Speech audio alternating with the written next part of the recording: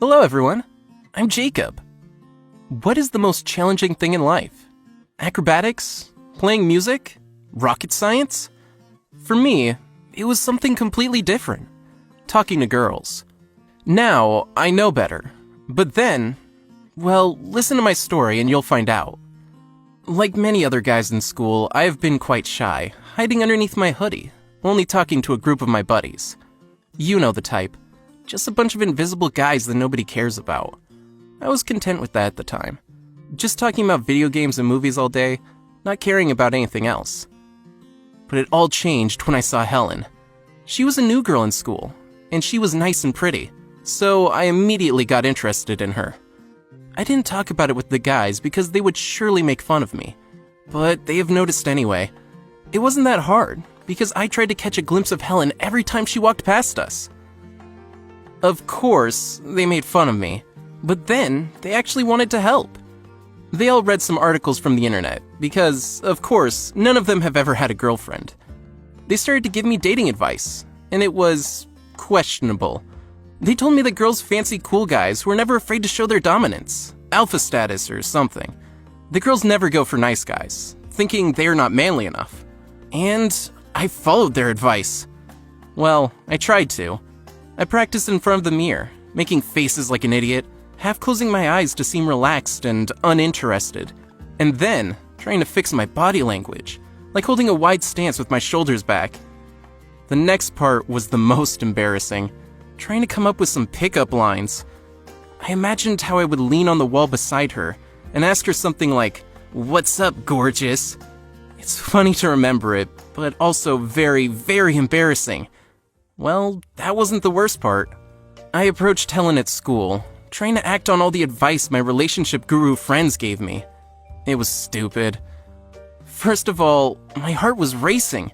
I probably was sweating as well. I carefully checked my body language, like my shoulders in stance, and went to her. I leaned on the wall like I had planned while she was doing something in her locker, and then said something like, "What's up?"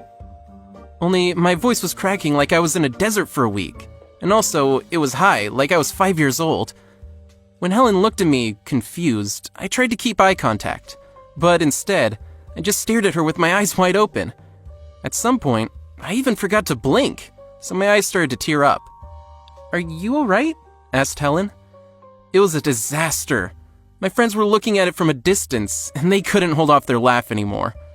"I'm alright," I said with the voice of a dried-off mummy, and then Helen left, confused. At this point, my friends started laughing like crazy. I approached them and said to them that it was all their fault, and their advice was stupid. I wasn't really mad at them. They just tried to help, but I needed to vent. Days after the disaster, I just kept on thinking that I am a loser who would never have a girlfriend.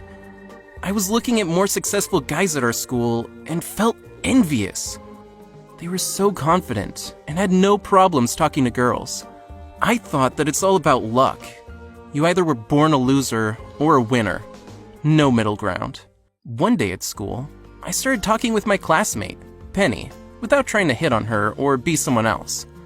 We were just talking, and I complimented her on her drawings. She liked to draw. I made some jokes, and she laughed. And we just kept on talking every day, and we never talked like that before. It was very nice. I enjoyed talking to her. After a few weeks, I asked her out. Simply, without any pickup lines. I just said that I think she's very nice and pretty.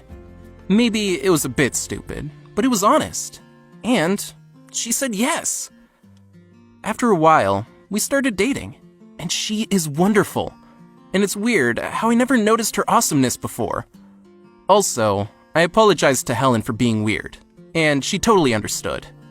I guess I should say something like, you just have to be yourself, and it will be okay. But it's not exactly true.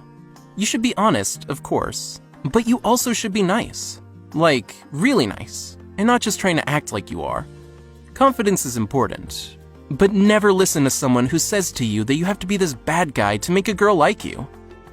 Confidence is more about respecting yourself and others than trying to act in a particular way.